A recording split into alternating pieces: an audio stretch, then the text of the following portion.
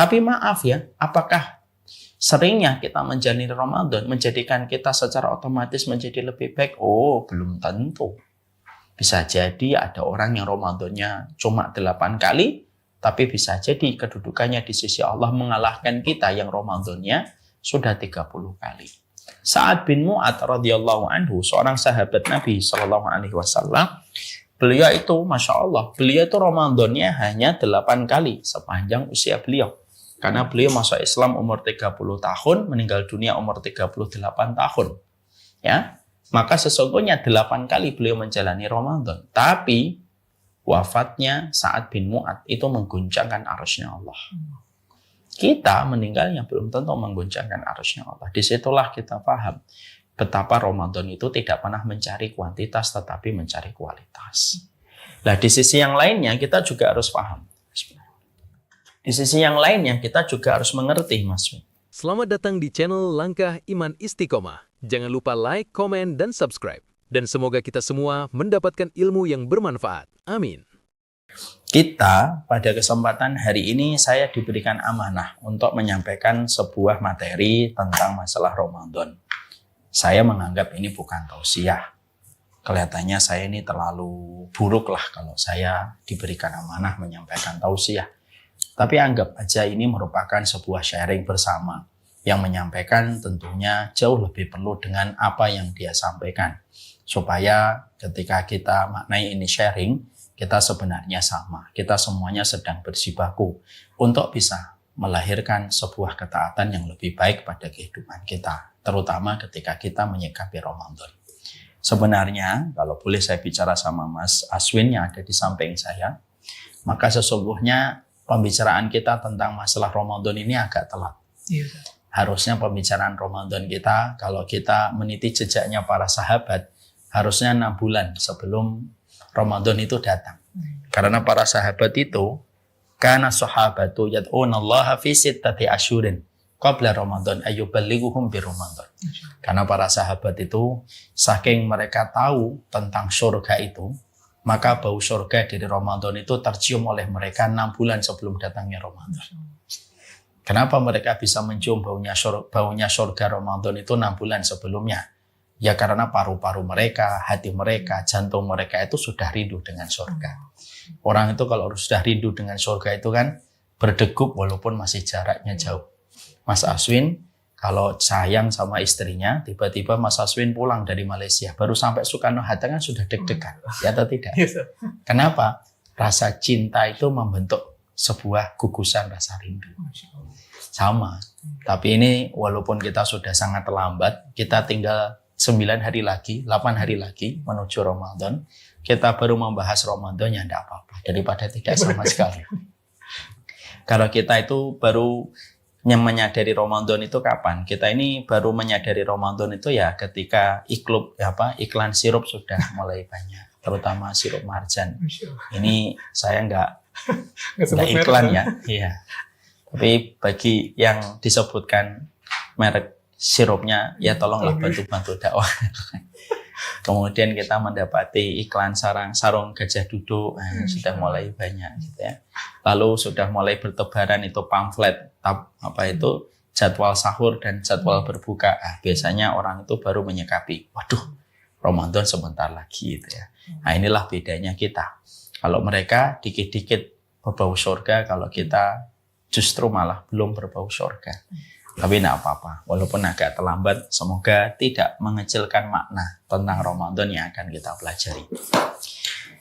Kita ini kalau bicara tentang Ramadan, kalau boleh saya menyampaikan, bicara tentang Ramadan itu berbicara tentang keutamaan besar. Membicarakan Ramadan itu kayak membicarakan Rasulullah di antara para nabi dan para rasul.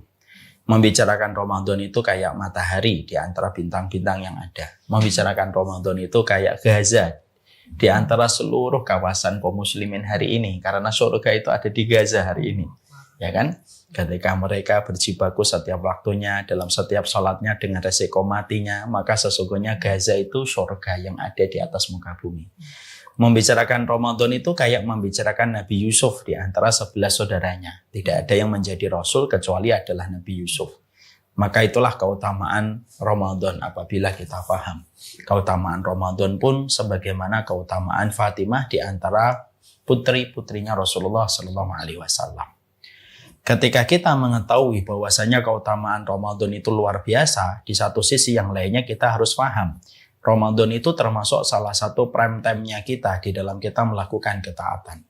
Karena tidak setiap waktu itu sama. Karena setiap waktu itu memiliki sebuah tinjauan, histori, dan tinjauan keutamaan yang berbeda-beda. Mas Aswin kalau mengetahui di televisi, maka kita pasti tahu kita masang iklan di televisi itu beda jam, beda harga. Kalau kita masang iklannya jam 10 pagi tidak sama dengan jam 7 malam. Kalau kita masang iklannya jam 1 siang tidak sama dengan jam 6 malam. Jam 6 malam, jam 7 malam, apalagi jam 8 malam itu prime time. Karena pada saat itu orang banyak yang nyantai dan banyak mengakses televisi. Akhirnya pada jam-jam itu iklan rate-nya itu sangatlah mahal. Sama pula analogi sederhana itu kita harus paham bahwasanya hari yang kita miliki, yang Allah berikan hari itu menjadi kesempatan kita beribadah kepada Allah, tidak setiap hari itu sama. Ketika kita melakukan ketaatan, para ulama salaf itu menerangkan ada 3 waktu prime time. Di dalam kita melakukan ketaatan, ketika pada 3 waktu itu Allah memuliakan dan memberikan histori dan keutamaan yang besar. Apa itu 3 waktu tersebut? Yang pertama, 10 hari yang pertama di bulan Dzulhijjah. Kan kita tahu ya, 10 hari yang pertama di bulan Dzulhijjah itu dikatakan oleh baginda Nabi, "Ma min ayyamin al-amalu shalih fiha habba ilallah min hadhil ayyamil ashr." Sesungguhnya keutamaan 10 hari yang pertama itu keutamanya besar. Tidak ada amal yang dilakukan pada 10 hari yang pertama di bulan Dzulhijjah kecuali keutamaannya lebih utama daripada mereka yang berjihad di jalan Allah. 10 hari yang pertama di bulan Dzulhijjah, di mana bulan itu merupakan bulan yang identik dengan bulannya Nabi Ibrahim alaihi salam. Yang kedua, yang memiliki prime time yang luar biasa di dalam kita beribadah kepada Allah, yaitu adalah 10 hari yang pertama di bulan Muharram, di mana itu identik dengan bulannya Nabi Musa. Makanya Nabi Musa diselamatkan dari kejaran Fir'aun pada tanggal 10 Muharram. Yang ketiga, yang termasuk prime time yang sangat besar yang ada dalam 1 tahun yang kita miliki adalah 30 hari ketika kita di bulan Ramadan. Itu memiliki keutamaan yang sangat besar, di mana keutamaannya itu luar biasa agung. Dan kita tidak pernah dapati prime time-nya hari yang kita miliki ketika menjadi hamba, kecuali ada pada 3 waktu itu. Makanya Allah memperlakukan dan mengistimewakan orang yang melakukan ketaatan pada 3 waktu itu. Sama analoginya kayak gini, Mas. Mas Aswin tahu nggak bulan apa yang paling istimewa untuk negeri kita tercinta? Agustus. Kenapa bulan Agustus itu begitu istimewa untuk negeri kita tercinta, Republik Indonesia? Karena di bulan Agustus terjadi proklamasi kemerdekaan. Apa yang terjadi kalau di bulan Agustus? Banyak seremonial, banyak acara kenegaraan, dan termasuk gerasi dan potongan amnesti banyak diberikan kepada para narapidana kalau 17 Agustus. Masya Allah ya. Maka sesungguhnya historinya kayak gitu. Maka sesungguhnya Agustus bagi negeri kita itu sangat bermakna. Ya, kalau bulan Januari, Februari biasa negeri kita, bulan Juni biasa. Tapi kalau bulan Juni itu istimewa bagi saya. Karena bulan Juni adalah bulan saya menikah. Tapi itulah sama pula bahwasanya di bulan Ramadan maka sesungguhnya sama dengan 10 hari pertama di bulan Dzulhijjah, 10 hari yang pertama di bulan Muharram memiliki keutamaan yang besar, dan itu ada 3 yang tadi kita sebutkan. Setelah kita tahu bahwasanya itu merupakan prime time, yang menarik adalah tapi tidak ada keutamaan sebesar keutamaan dan keistimewaan yang dimiliki bulan Ramadan. Walaupun 10 hari yang pertama di bulan Dzulhijjah itu utama, walaupun 10 hari yang pertama di bulan Muharram itu utama, tapi keutamaan pada 2 bulan itu atau 2 waktu itu tidak akan sama dengan keutamaan Ramadan. Makanya salah satu keistimewaan yang ada hanya pada Ramadan itu apa? Yaitu futihat abwabul jannah wa ughliqat abwabul jahim wa sufidatis syayatin. Makanya sampai kita mendapati Rasulullah itu menerangkan khusus hanya di bulan Ramadan pintu surga itu terbuka, pintu neraka itu tertutup dan sesungguhnya setan itu dibelenggu. Dan itu tidak pernah kita dapatkan di bulan Dzulhijjah atau Muharram, tapi hanya kita dapatkan di bulan Ramadan. Pintu surganya dibuka, pintu nerakanya ditutup, dan setan itu dibelenggu. Makanya kan Mas Aswin kita bisa ngerasain bagaimana dahsyatnya angin surga itu menerpa pada kehidupan ketika menjelang Ramadan dan di bulan Ramadan. Yang mana angin surga itu tidak pernah kita rasakan selain di bulan Ramadan. Masjid banyak berbenah. Terus ibu-ibu sudah mulai mengambil bekal ketika mau Ramadan. Ya kan? Sampai kita dapati banyak kemaksiatan pun mulai mengendor ketika di bulan Ramadan. Banyak orang maksiat, agak mulai sungkan dan agak mulai malu kalau melakukan maksiat di bulan Ramadan. Orang pacaran, ayo ketemu yuk. Shh. Ramadan ketemu. Kan gitu. Ramadan nih gitu. Bacanya ngomong lah, terus kapan ketemu? Ya nantilah habis tarawih. Tapi setidaknya kita menjumpai bahwasanya orang Ramadan itu memiliki rasa malu. Televisi yang biasanya tidak punya rem ya di dalam program, karena mereka terkadang hanya memperhatikan rating, mau berkualitas atau tidak berkualitas program, yang penting ratingnya tinggi ya tetap dijalankan. Tapi pas di bulan Ramadan, televisi itu biasanya religius atau tidak di bulan Ramadan? Religius. Yang biasanya tidak adzan maghrib, menayangkan adzan maghrib. Ketika biasanya jam 3, jam 2 tidak ada acara rame. Baik kajian tafsir, renungan Ramadan, dan lain sebagainya. Kenapa itu terjadi? Karena pintu surga sedang dibuka.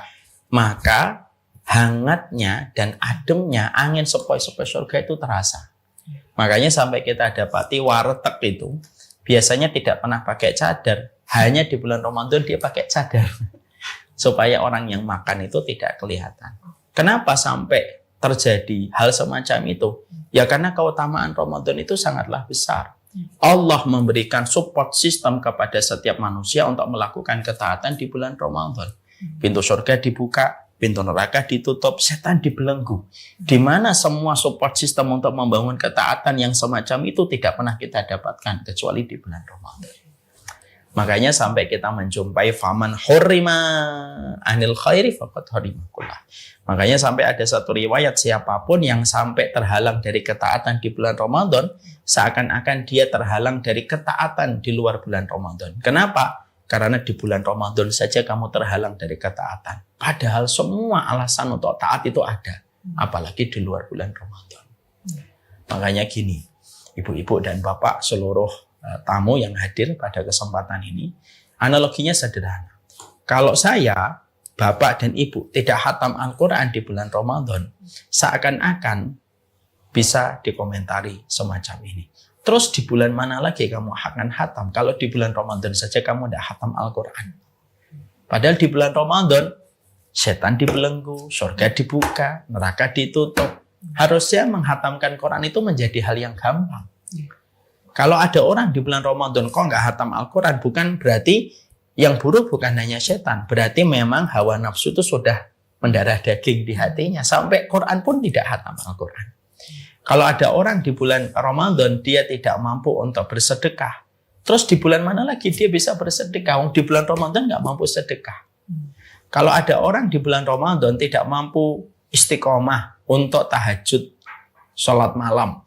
Tahajud dan sholat malam di bulan Ramadan namanya tarawih. Kalau dia tidak mampu untuk istiqomah tarawih, maka di bulan mana lagi kamu akan tahajud? Kalau di malam Ramadan saja, semua syarat untuk menjadi taat itu dimudahkan oleh Allah. Dan itulah yang menjadi perenungan untuk kita. Kalau nanti kita memasuki Ramadan kita, ketika menghadirkan makna Ramadan, kalau Ramadan ini kamu tidak khatam Al-Quran, sedekahmu tidak lebih banyak, ataupun tarawihmu tidak lebih sering, ngajimu tidak lebih sering. Pertanyaan untuk kita masing-masing. Lah terus di bulan mana lagi saya akan taat? Kalau di bulan Ramadan saja saya belum mampu untuk taat. Nah, analoginya gampang, Mas Aswin. Kalau kita lagi sholat di depan Ka'bah, jarak antara kita dengan Ka'bah misalkan 5 meter, karena kita di shop pertama. Kita sholat di depan Ka'bah. Harusnya kalau kita sholat di depan Ka'bah, apa yang kita rasakan, Mas? Khusyuk, neteskan air mata, kan terharu. Tapi kalau ada orang, dia sholat di depan Ka'bah, jarak antara dia berdiri dengan Ka'bah hanya sejarak 5 meter sampai 10 meter. Kok dia tidak bisa khusyuk? Pertanyaannya apa, Mas? Terus di tempat mana lagi kamu akan khusyuk di dalam sholat? Kalau di depan Ka'bah saja kamu tidak bisa khusyuk. Jadi Ramadan itu, kalau kita menghadirkan makna, Ramadan itu bukan hanya sekedar fikih. Tapi Ramadan itu merupakan sebuah makna dari sebuah repositioning kita kembali. Mereposisi kita dan hati kita. Sebenarnya yang bermasalah itu siapa sih? Syetankah yang buruk? Ataukah jangan-jangan hawa nafsu kita yang sudah mendarah daging tanpa kita sadari? Dan baru kelihatan ketika pas Ramadan itu datang. Kadang-kadang penyakit pada hati kita itu tidak bisa diketahui. Kecuali cara menyeleksinya itu dengan Ramadan. Sama ya, ada anak punya asma. Itu biasanya tidak terdeteksi kalau lagi tidak kambuh. Biasanya terdeteksinya kapan? Kalau dia melewati kawasan yang terlalu dingin, nah baru di situ ketahuan kalau dia itu asma. Sama pula, banyak manusia berpenyakit dan tidak bisa diketahui penyakitnya itu kecuali ketika melewati Ramadan. Barulah dia sadar kualitas hatinya itu sudah parah dengan hawa nafsu. Makanya maaf ya kalau ada orang di bulan Ramadan masih zina, masih korupsi, masih tidak hatam Quran. Kok Ramadan tidak datang ke masjid? Maaf, bukan setan yang memperdaya dirimu. Tapi hawa nafsu sudah mendarah daging di hatimu. Itu perempuan kita. Jadi Ramadan itu sedahsyat itu. Makanya itulah yang menjadikan kita akhirnya paham bahwasanya inilah pentingnya bagi kita untuk mereposisi kembali arti Ramadan. Ramadan itu tidak butuh kuantitas, tapi Ramadan itu membutuhkan kualitas. Kalau kita melihat Ramadan kita, Ramadan kita itu Masya Allah lah. Ramadan kita itu kalau hanya melihat kuantitasnya itu tidak perlu kita tanyakan. Contoh Mas Aswin. Mas Aswin itu umurnya berapa? 42. Berarti kalau Mas Aswin itu baliknya umur 12 tahun, berarti Mas Aswin itu sudah menjalani Ramadan 30 tahun. Ya atau tidak? 20. Iya, ya? Enggak dong, 30. Iya, 30 tahun antum sudah menjalani Ramadan 30 kali sepanjang usia antum. Kalau ini kita tarik korelasinya dengan pendidikan sekolahan, 30 tahun itu sudah profesor antum. Saya 44. Kalau saya tarik pada Ramadan, saya itu sudah 32 tahun sekolah di madrasah besar yang bernama Ramadan. Harusnya saya lebih dari profesor. Tapi maaf ya, apakah seringnya kita menjalani Ramadan menjadikan kita secara otomatis menjadi lebih baik? Oh, belum tentu. Bisa jadi ada orang yang Ramadannya cuma 8 kali, tapi bisa jadi kedudukannya di sisi Allah mengalahkan kita yang Ramadannya sudah 30 kali. Sa'ad bin Mu'adz radhiyallahu anhu, seorang sahabat Nabi sallallahu alaihi wasallam, beliau itu Masya Allah, beliau itu Ramadannya hanya 8 kali sepanjang usia beliau. Karena beliau masuk Islam umur 30 tahun, meninggal dunia umur 38 tahun. Ya, maka sesungguhnya 8 kali beliau menjalani Ramadan. Tapi wafatnya Sa'ad bin Mu'adz itu mengguncangkan arsy-Nya Allah. Kita meninggalnya belum tentu mengguncangkan arsy-Nya Allah. Disitulah kita paham betapa Ramadan itu tidak pernah mencari kuantitas tetapi mencari kualitas. Nah, di sisi yang lainnya kita juga harus paham. Di sisi yang lainnya kita juga harus mengerti, Mas, bahwasanya Ramadan itu juga menjadi sebuah peringatan untuk kita dan ancaman. Apa itu ancamannya? Kalau kita gagal memberikan kebaikan pada Ramadan yang kita lewati, bukan hanya kita gagal mendapatkan pahala puasa. Bukan hanya gagal ketika kita hanya mendapatkan lapar dan dahaga. Tapi yang paling kita khawatirkan, gagalnya diriku di bulan Ramadan, itu menjadikan diri kita itu menjadi orang yang dinobatkan celaka oleh Allah dan disetujui oleh malaikat Jibril dan Nabi Muhammad. Celaka di mata manusia masih bisa ada perubahan. Banyak koruptor di penjara. Tapi 3 tahun, 2 tahun setelahnya ya dia bisa muncul lagi di televisi dan ngomong paling bersih. Memang kecelakaan di mata manusia itu masih bisa diubah. Tapi kalau celaka oleh Allah itu kan berat. Ah masa Ustaz? Iya. Rasulullah dalam sebuah riwayat, Rasulullah itu beliau itu masuk ke Masjid Nabawi. Pada saat beliau masuk ke Masjid Nabawi, maka beliau itu tiba-tiba mengucapkan amin 3 kali. Maka pada saat mengucapkan amin, para sahabat itu kan heran. Nggak ada suara siapa-siapa kok Nabi mengaminkan. Yang diaminkan apa? Lalu mereka memberanikan diri bertanya sama baginda Nabi, yang kau aminkan apa sih ya Rasulullah? Gitu. Yang kau aminkan apa? Gitu. Maka pada saat itu Rasulullah SAW langsung bersabda, yang aku aminkan itu doanya malaikat Jibril. Loh, doanya malaikat Jibril apa gitu? Kok sampai Nabi mengaminkan? Berarti ini doa super eksklusif ini. Yang berdoa malaikat Jibril, makhluk terbaik di atas langit. Yang mengaminkan Nabi Muhammad, makhluk terbaik di antara manusia. Mustajab atau tidak mustajab? Super mustajab. Tidak ada penghalang antara Allah dengan malaikat Jibril dan Nabi Muhammad. Berarti apa yang menjadi konten doanya malaikat Jibril ini penting untuk kita ketahui. Lalu para sahabat nanya, apa yang diaminkan itu ya Rasulullah? Doanya apa malaikat Jibril itu? Maka yang pertama, pada saat itu malaikat Jibril dia berdoa, rohima'an man adraka abawaihi ingdal kibari falam yadkhulil jannah. Celaka sekali umatmu wahai Muhammad, kalau ada umatmu diberikan kesempatan menjumpai ibu dan bapaknya ketika sepuh, lalu anaknya tidak bisa masuk surga.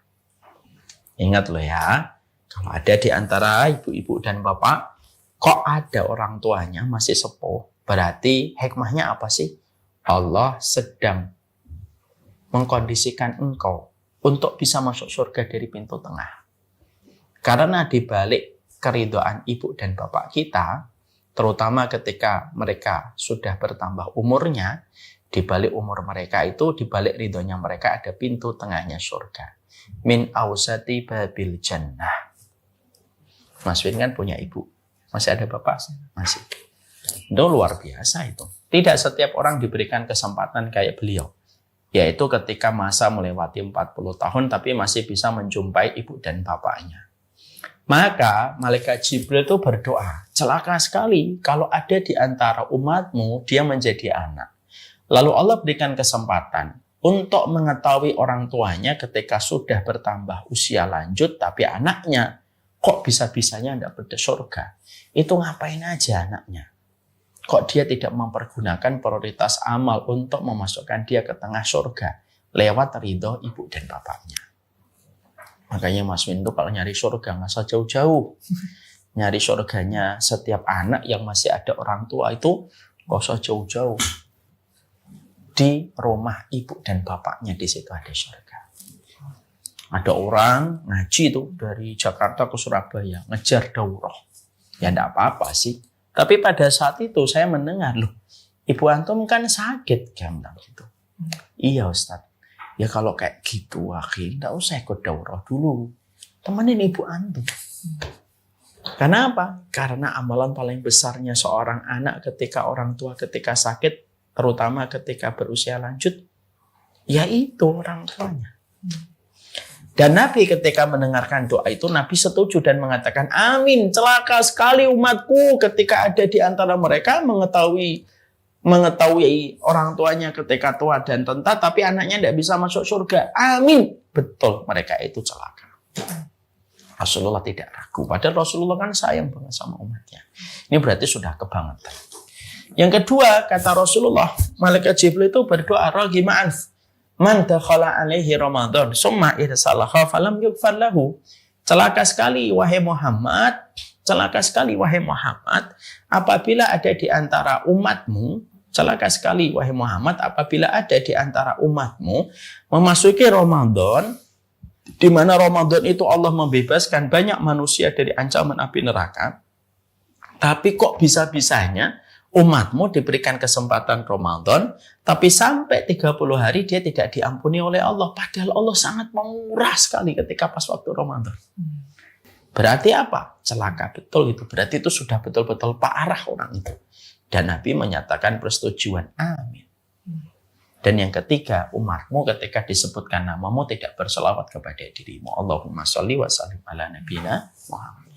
Di situ orang yang celaka. Kalau kita soroti pada poin yang kedua, kita mendapati, Masya Allah ya, ternyata salah satu perkara yang paling mengkhawatirkan itu bukan hanya ketika kita gagal Ramadan semata, tapi gagalnya Ramadan manusia itu menyebabkan dia celaka. Kenapa? Allah itu paling tidak suka melihat seorang hamba ketika Allah memberikan privilege dengan Ramadan yang datang, tapi mereka tidak memanfaatkan privilege yang Allah berikan kepada mereka untuk meminta ampunan. Kan begitu. Ya. Maka sesungguhnya itu merupakan perkara yang sejatinya betul-betul menjadikan kita merenung. Makanya bisa jadi ada orang 3 tahun lalu dia celaka, 2 tahun sebelumnya ini dia celaka, 1 tahun sebelum Ramadan ini dia celaka, dan bisa jadi tahun ini mengulang kecelakaan lagi. Dan itu menjadi sesuatu yang sangat mengkhawatirkan bagi manusia. Kenapa? Karena sesungguhnya kalau hanya celaka di mata manusia masih bisa dikompromikan. Tapi celaka di hadapan Allah itu terus piye. Dan itu yang menjadikan kita merenung. Ramadan di satu sisi Allah berikan keistimewaan ketika Allah berikan support sistem untuk melakukan ketaatan. Di sisi yang lainnya, hati-hati. Ramadan itu menobatkan orang-orang celaka di hadapan Allah.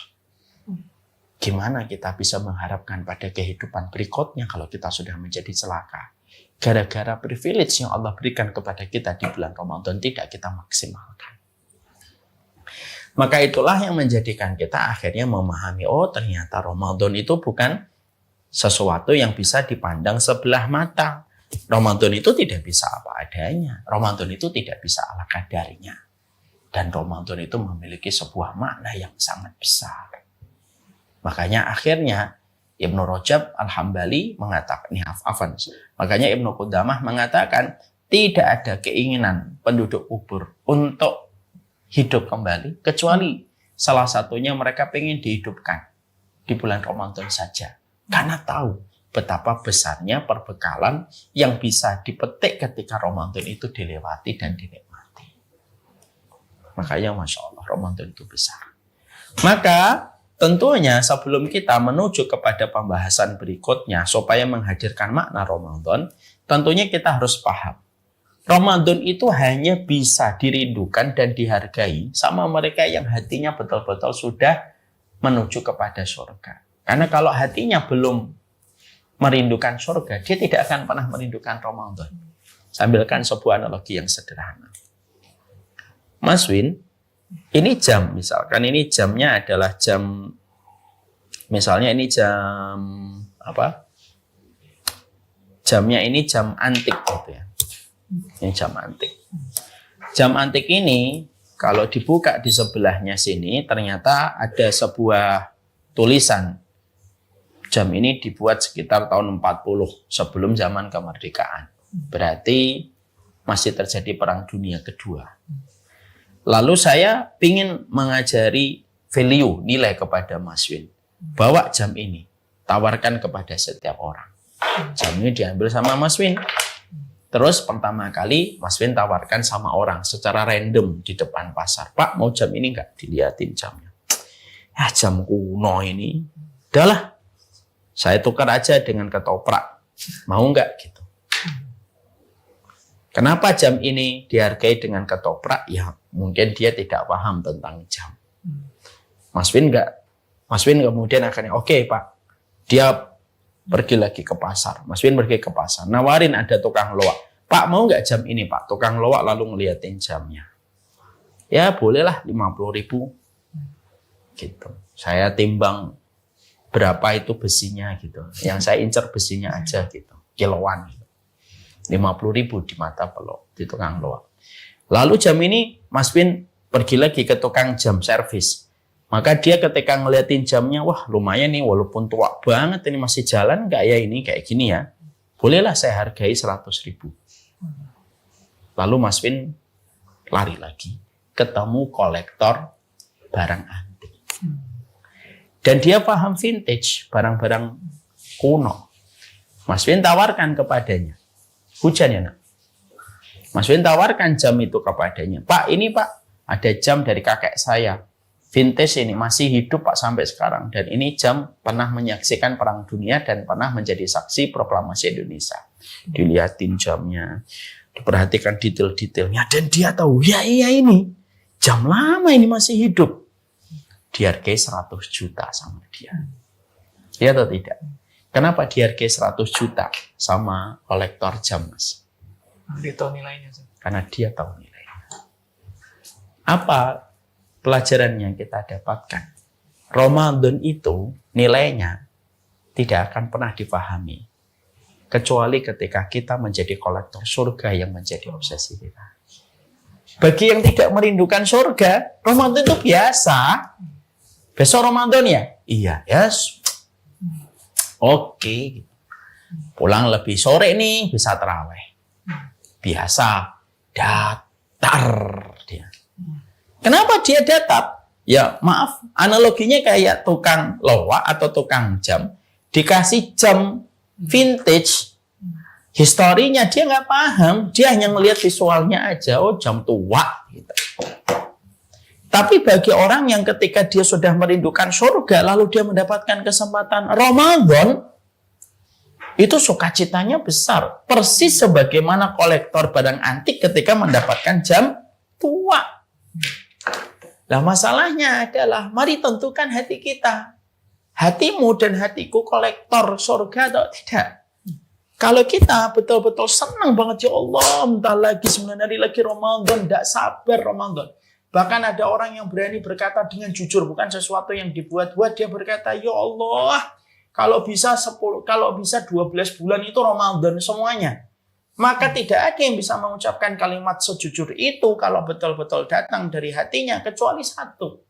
Orang itu di dalam hatinya itu sudah betul-betul tidak ada kehidupan yang paling dimimpikan kecuali surga. Dan kalau orang sudah memimpikan surga, dia tahu mana bau paling menyengat dari surga itu. Dan kita paham, tidak ada bau yang paling menyengat dari surga dengan bau wangi yang sangat indah dan sangat wangi, kecuali adalah Ramadan. Jadi akhirnya Ramadan itu bisa memberi arti dan makna kepada kita. Dan itulah yang kita harus selalu mengerti. Supaya kita betul-betul kan tadi, judul kajian kita hari ini, menghangatkan makna. Ramadan kan. Jadi Ramadan itu bukan hanya sekedar fikih. Ramadan itu bukan hanya sekedar ibadah. Ramadan itu bukan hanya sekedar kurma. Ramadan bukan hanya sekedar taraweh. Ramadan bukan hanya sekedar ada acara komedi menjelang subuh. Ramadan itu bukan acara mudik. Tapi Ramadan itu lebih daripada mudik, lebih daripada taraweh, lebih daripada acara komedi. Dan Ramadan itu lebih dahsyat daripada semua urusan. Kenapa? Tidak ada yang tahu nilainya Ramadan. Kecuali orang yang telah menjadi kolektor jalan surga. Paham Mas di sini? Banyak kan orang nerangin Ramadan itu hanya sekedar fikih, ya enggak Mas? Nerangin fikihnya saja. Enggak salah, tapi kalau Ramadan hanya dijelaskan fikih doang ya hanya menjadi transaksional doang. Dan itu pun tidak salah, itu pun ada keutamaan besar. Tapi harusnya Ramadan itu lebih dahsyat daripada urusan berapa yang kita peroleh di dalam ketaatan. Tapi yang lebih besar daripada itu, Ramadan adalah satu produk di dunia dari syariat Allah. Satu produk syariat Allah yang baunya sangat tercium wangi dari bau surga. Kenapa Ramadan itu tercium sekali bau menyengat dari surga? Karena hanya di bulan ini, surga itu pintunya terbuka. Dan tidak pernah kita dapati di bulan yang lain. Bulan Dzul Hijjah keutamanya gede, betul, tapi pintu surga tidak terbuka. Maka sesungguhnya kita mendapati bahwasanya bulan Muharram gede, tapi betul, tapi pintu surga tidak dibuka. Hanya di bulan Ramadan saja pintu surga itu terbuka. Jangan pernah main-main dengan Ramadan. Karena Rabbmu Allah Azza wa Jalla tidak pernah bermain-main dengan bulan Ramadan. Paham? Sampai di sini? Paham. Sekarang mari kita tambahin sedikit. Maka sesungguhnya Kita juga harus mengetahui sebelum nanti kita membahas keutamaan Ramadan yang penting untuk kita, maka sesungguhnya kita juga harus paham bahwasanya menghadirkan makna Ramadan itu penting. Karena apa? Hikmah dan makna itu merupakan pelajaran bagi seorang ulil absar. Allah menyebut orang beriman yang betul-betul menunjukkan kualitas dalam hidup keimanan itu dengan dua, ulil absar dan ulil albab. Ciri khasnya ulil absar dan ulil albab itu apa? Sesungguhnya ulil absar dan ulil albab itu adalah mereka yang bisa mengikat makna pada setiap peristiwa. Dan setiap peristiwa itu memberi makna pada kehidupan kita. Nabi Muhammad adalah orang yang paling mampu membaca setiap makna dan setiap sinyal datang dari Allah. Makanya Nabi Muhammad itu, Mas Win, ngelihat angin kencang saja langsung dikaitkan kepada Allah. Jadi Nabi itu anti sekuler. Karena Nabi itu tidak pernah melihat segala sesuatu kecuali dikembalikan sama Allah. Kalau melihat angin kencang dikit. Kalau kita kan biasa. Kemarin tuh ada angin kencang, puting beliung katanya tornado pertama di Indonesia katanya, di Bandung itu. Kalau ahli BMKG mungkin hanya melihat itu salah satu fenomena alam dengan teori yang dijelaskan. Memang betul, tidak salah. Tapi apakah berhenti di situ? Tidak. Harusnya lebih daripada itu. Nabi Muhammad itu merupakan satu pribadi ketika melihat segala sesuatu itu dikembalikan kepada maknanya. Makanya ketika beliau melihat angin kencang dikit, itu beliau itu langsung berdoa. Apa doanya? Allahumma inni as'aluka khairaha wa khairah. Allahumma inni as'aluka khairah hadar riyah wa khairah ma fiha wa a'udzubika min syarri hadar riyah wa syarri ma fiha. Ya Allah, aku meminta kebaikan angin ini dan kebaikan yang dikandung di dalamnya. Dan aku berlindung dari keburukan angin ini dan keburukan apa yang dikandung oleh angin ini. Loh, sampai setingkat angin doang itu Nabi langsung berdoa dan mengkaitkan itu dengan Allah. Nabi ketika melihat mendung itu nggak sama kayak kita ketika melihat mendung. Nabi itu kalau melihat mendung itu ke depan, ke belakang, aqbala wa adbar. Aqbala ke depan, adbar kadang ke belakang. Dan itu diulang-ulangi terus oleh Rasulullah. Sampai Ibunda Aisyah itu komen, ya Rasulullah itu kan mendung. Innan nasa farihu bil ghaib. Farihu bima ja'a fihi minal matar. Ya Rasulullah itu tuh mendung. Manusia itu senang kalau mendung karena kedatangan hujan. Tahu jawaban dari Nabi Muhammad? Nabi Muhammad itu berkata. Lalu beliau membaca, sallallahu alaihi wasallam itu membaca sebuah ayat. Apakah setiap mendung itu pasti hujan, wahai Aisyah? Falamma ra'awhu 'aridan mustaqbila awdiyatihim qalu hadza 'aridun mumtirna bal huwa mastajaltum bih rihum fiha adzabun alim. Loh, kaum Ad itu ketika melihat mendung juga senang, wahai Aisyah. Tapi kamu tahu, ketika mereka melihat mendung yang hitam, mereka tidak menyadari bahwasanya mendung yang hitam itu adab yang Allah kirimkan kepada mereka ketika mereka menyombongkan diri, minta supaya adab itu disegerakan. Apa yang kita dapatkan dari Nabi Muhammad? Nabi Muhammad itu orang paling tidak sekuler. Semua itu dikaitkan dengan Allah. Kita pun sama. Maka pertama yang kita harus betul-betul mengerti adalah Ramadan itu bukan hanya sekedar frekuensi waktu dan bukan hanya sekedar siklus tahunan. Tapi yang kita harus pahami adalah apa hikmahnya kenapa kita diberikan Ramadan. Itu menjadi sebuah pelajaran besar untuk kita. Karena apapun tanpa dihadirkan makna, itu akan menjadi berantakan kita dalam kehidupan. Ya atau tidak, Mas? Misalkan, kenapa kita diberikan ujian oleh Allah? Lalu kita tidak memahami maknanya apa ya? Ya akhirnya ujian itu menjadikan kita tidak akan pernah berubah menjadi lebih baik. Karena kita tidak memahami makna. Ada orang diberikan ujian, lalu dia menyadari, ya Allah dosa saya banyak. Akhirnya menjadikan dia bertobat kepada Allah. Itu makna. Contoh, saya pernah ngeliat di tayangan YouTube, Mas Win. Ada orang laki-laki playboy gitu, suka terkenal dia mempermainkan banyak perempuan, pacarnya banyak sebelum nikah. Lalu dia tuh berkata di sebuah podcast, gue ini minta, saya contohnya, gue ini minta nanti kalau punya anak itu jangan perempuan. Kenapa gue minta sama Allah supaya anak saya jangan perempuan gitu? Karena gue tahu bahwasanya, saya pantas gak sih ngomong? Karena gue ini nggak tahu gitu loh. Kalau anak perempuan tuh seakan-akan tuh saya tuh belum siap kalau punya anak perempuan. Saya ketika mendengarkan YouTube-nya itu lalu di satu podcast saya tuh berpikir gitu, Masya Allah ya. Berarti bagi dia Allah akhirnya dia berikan kepada anak perempuan. Anak pertamanya akhirnya perempuan. Akhirnya dia tuh mikir, oh mungkin Allah itu kirimkan anak saya itu perempuan. Oh mungkin saya tuh bisa untuk bertobat gitu loh. Saya lalu bisa bayangkan gimana kalau anak saya perempuan itu dipermainkan sama laki-laki. Itu namanya hikmah, Mas. Itu namanya hikmah. Lah hikmah ini kalau tidak ketemu, maka sesungguhnya banyak kehidupan kita hanya berjalan dan tidak akan lahir sebuah kebaikan tanpa kita mengikat hikmah pada setiap kesempatan yang Allah berikan pada kita. Sama. Kita juga harus mengetahui bahwasanya Ramadan, kalau sampai hari ini kamu diberikan, nanti kok sampai 1 pekan diberikan kesempatan Ramadan, coba deh kita lihat hikmahnya. Kenapa Allah berikan hikmah itu pada kehidupan kita?